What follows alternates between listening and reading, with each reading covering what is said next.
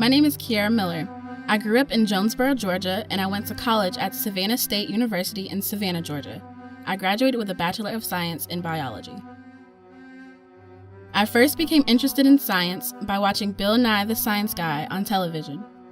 There is an episode in which he explains that there is science in music because of the vibrations and travel of sound, and then there is a huge musical number. Following this, I kept myself actively involved in science by entering a number of science fairs in elementary and middle school. Because I attended a small liberal arts college where scientific research was not in the forefront, I was my own guide when looking for research opportunities. During my freshman year, I sought out many summer research programs, and I was fortunate to take part in an 8-week summer program at Georgia State University following the end of my first year. The research was funded by the National Institute on Drug Abuse.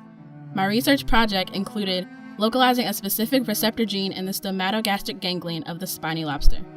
After spending time in a graduate-level environment and taking ownership of an independent project that yielded fantastic results, I knew that a career in research is what I want. My primary research interests lie in neuroscience, more specifically neurobiology, as well as neuroendocrinology. My long-term career goals include successfully matriculating through graduate school to later take a postdoc position. However, I am still undecided about whether or not I will go into academia or industry, but lifelong research is a major part of these plans. I joined a prep program because although I had research experience, I felt that I needed a more extensive training before heading into graduate studies. I think of prep as a second chance to prepare for one of the largest milestones in my life and a career as a scientist. Prep at UGA is the best program for me because not only do I have the opportunity to work on an independent project, the program also gives us many opportunities for interdepartmental interaction among graduate students, including enrollment in a few of the graduate courses.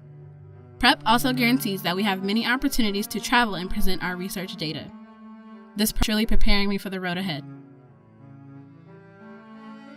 I hope to gain admission to the graduate program of my choice. After all, prep is tailored to preparing us to become critical thinkers and well-rounded scientists. I also hope to expand my knowledge of infectious diseases. Finally, I plan to build relationships with both of my mentors and my fellow prep colleagues that will extend beyond this year that we are spending together. My research mentor is Tara Bracken, a PhD candidate, and my faculty mentor is Dr. Julie Moore. Currently in Dr. Moore's lab, my research focuses on malaria. The trophoblast is a layer of multinucleated placental cells that facilitates the exchange of waste, gas, and nutrients between the maternal and fetal systems. When a mother is infected with malaria, parasite-infected red blood cells come into contact with the trophoblast. It has been theorized that this interaction leads to an immunological response that includes the recruitment of maternal inflammatory cells to the maternal blood space. This immunological response, coupled with the activation of blood clotting or coagulation, are characteristic of the pathogenesis of placental malaria. We hypothesize that this pathogenic environment prompts the release of small membrane vesicles called microparticles from the trophoblast. We are interested in microparticles and their characteristics because they are known to be released when cells are activated.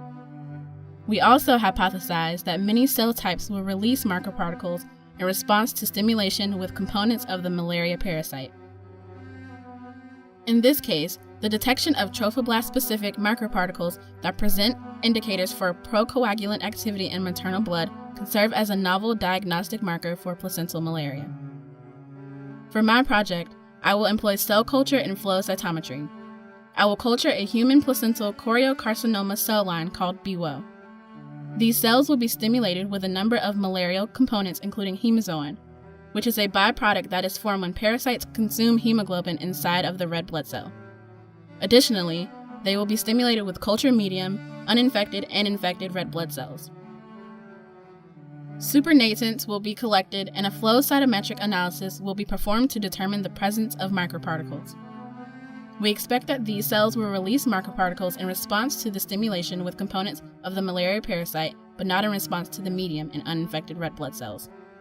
We further expect that the microparticles will have malaria-induced procoagulant activity. Using this in vitro approach, I will work with my mentors to refine a novel flow cytometric technique that will be used for the detection of cell-specific microparticles.